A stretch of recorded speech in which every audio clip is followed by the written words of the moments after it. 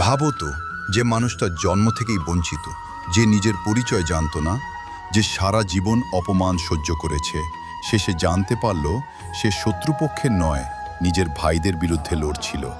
এই মানুষটাই কর্ণ, একটি শিশু নদীর জলে ভাসছে। কেউ জানে না সে কে, কোথা থেকে এসেছে।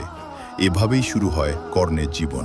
তার মা কুন্তী সমাজের ভয়ে তাকে ত্যাগ করে একটা প্রশ্ন রেখে যায়, জন্ম কি পাপ হতে পারে?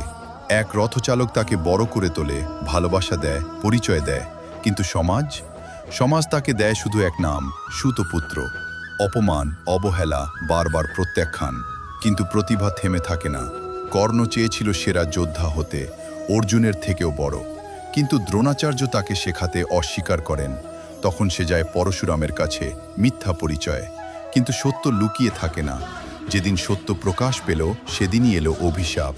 যখন সবচেয়ে দরকার হবে, সব ভুলে যাবে। একজন তাকে সম্মান দিল, দুর্যোধন, যে বলল তুমি রাজা হওয়ার যোগ্য। আর এই একটুকু সম্মানের জন্য কর্ণ তার পাশে দাঁড়ালো, শেষ নিঃশ্বাস পর্যন্ত। কর্ণ ছিল দানবীর, কেউ খালি হাতে ফেরেনি কখনো। এমনকি নিজের জীবন রক্ষার একমাত্র বর্ম, কবচ কুণ্ডলও সে দান করে দেয়। হেসে কুরুক্ষেত্র যুদ্ধ, ধুলো উড়ছে, তলোয়ার ঝলকাচ্ছে, এবং মুখোমুখি কর্ণ বনাম অর্জুন। ঠিক তখনই তার রথের চাকা কাদায় আটকে যায়। সে চেষ্টা করছে কিন্তু পারছে না, এবং ঠিক তখনই অভিশাপ সত্যি হয়, সে সব ভুলে যায়। একজন অসহায় যোদ্ধা, অর্জুনের তীর শেষ করে দেয় সব কিছু।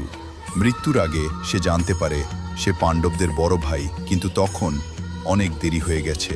কর্ণ আমাদের শেখায়, সম্মান মানুষকে বদলে দেয়, কিন্তু ভুল মানুষের পাশে দাঁড়ালে ভাগ্য তাকে বাঁচাতে পারে না। তুমি কর্ণের গল্প থেকে কি শিখলে, কমেন্টে জানাও।